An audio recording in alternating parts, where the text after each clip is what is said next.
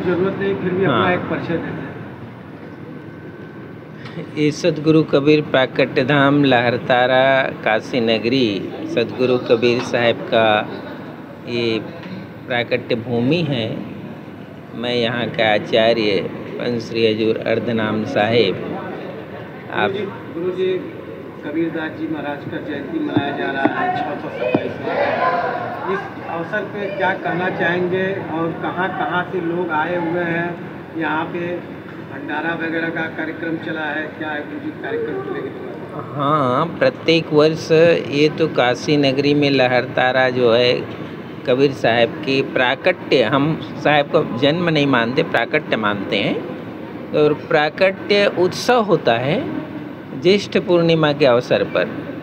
तो सदगुरु कबीर साहब के वाणी वचन का इतना प्रभाव रहा है, इतना प्रभाव आज भी है कि लोग चाहे वो पढ़े हों लिखे हों, लेकिन साहब के भजन वो गाते हैं। और साहब के शब्दों में इतनी ताकत है कि वो ऐसे लोग उस शब्द से प्रभावित होते हैं और अपनी दिनचर्या और जीवन को साहब के मार्ग की तरफ परिवर्तित कर देते हैं। तो ऐसे देश के हर कोने कोने से ऐसे प्रेमी सदगुरु कबीर साहब के प्रेमी इस ज्येष्ठ पूनम के अवसर पर इस दरबार पर दर्शन करने, सत्संग सुनने, साहब को के भजन गाने वो आते हैं। कितनी ही गर्मी क्यों ना हो, लेकिन इनकी श्रद्धा में कभी कोई कमी होती नहीं है। और वो इस साल सदगुरु कबीर साहब का 627वां प्राकट्य उत्सव रहा। तो इस उत्सव में भी हजारों की संख्या में भक्त प्रेमी आए और 3 दिनों तक दर्शन सेवा का उन्होंने लाभ प्राप्त किया। संस्था की ओर से उनके भोजन पानी और रहने की व्यवस्था जो भी बनती है वो संस्था करती है। गुरु जी आज देखा जाए धर्मों को लेके कई प्रकार की बातें आती है, वहाँ समाज में इतनी विकृतियाँ व्याप्त है।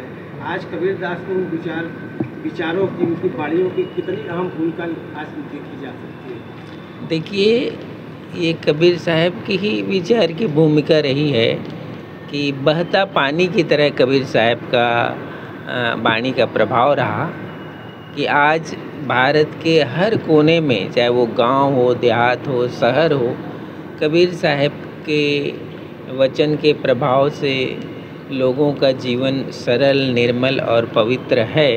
इसका जीता जागता उदाहरण हजारों की संख्या में इस गर्मी में काशी नगरी में जो भीड़ आती है उससे आप पता कर सकते हैं। और सदगुरु कबीर साहब के वाणी वचन उपदेश में आडंबर नहीं है, क्रियाकर्म में आडंबर नहीं है, सहजता है। सहजे सहजे सब गए सुतवित काम निकाम, संतों सहज समाधि भली है। वो तो यहाँ तक कहते जो कुछ करूँ सो पूजा, मतलब तुम्हारा हृदय इतना पवित्र है कि जो तुम कुछ कर रहे हो वो सब पूजा हो गई। उसके अलग से क्या पूजा करोगे?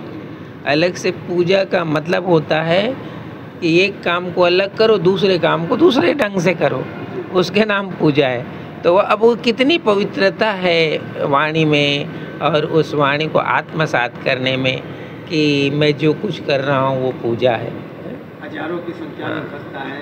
हाँ। और आपके यहाँ से जुड़े हुए मठ से क्या कहना चाहेंगे उन भक्तों के लिए?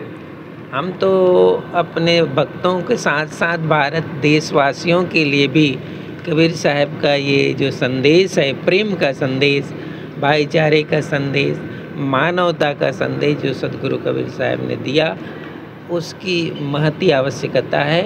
और उस सदगुरु कबीर साहब को संदेश को यदि आप थोड़ा बहुत भी जीवन में लाते हैं तो जीवन इतना निर्मल और पवित्र हो जाता है, वजन अपने आप उतर जाता है। मैंने सौंप दिया इस जीवन का गुरुदेव आपके चरणों में। जीवन की जितनी समस्याएं हैं वो सब साहेब के वाणी वचन के प्रभाव से उतर जाता है। इतना साहेब का प्रभाव है। तो सबके लिए ये संदेश है कि आप प्रेम, सद्भाव, मानवता का जो साहेब ने संदेश दिया उस ज़माने में, आज भी उसको अपनी आप पूंजी बनाएं, धन बनाएं और उससे आप धनी हो जाएंगे। पड़े रहो दरबार में, धका धनी का खाए, एक दिन ऐसा आएगा आप धनी हो जाओ। आप किसके धनी? धनी हैं जो ज्ञान से, भक्ति से, साधन से जो धनी हैं, उसके समीप रहने वाला हर शिष्य धनी हो जाता है ना। ये सद्गुरु का संदेश है। तो सबके लिए ये ढेर सारी शुभकामनाएं। ठीक है।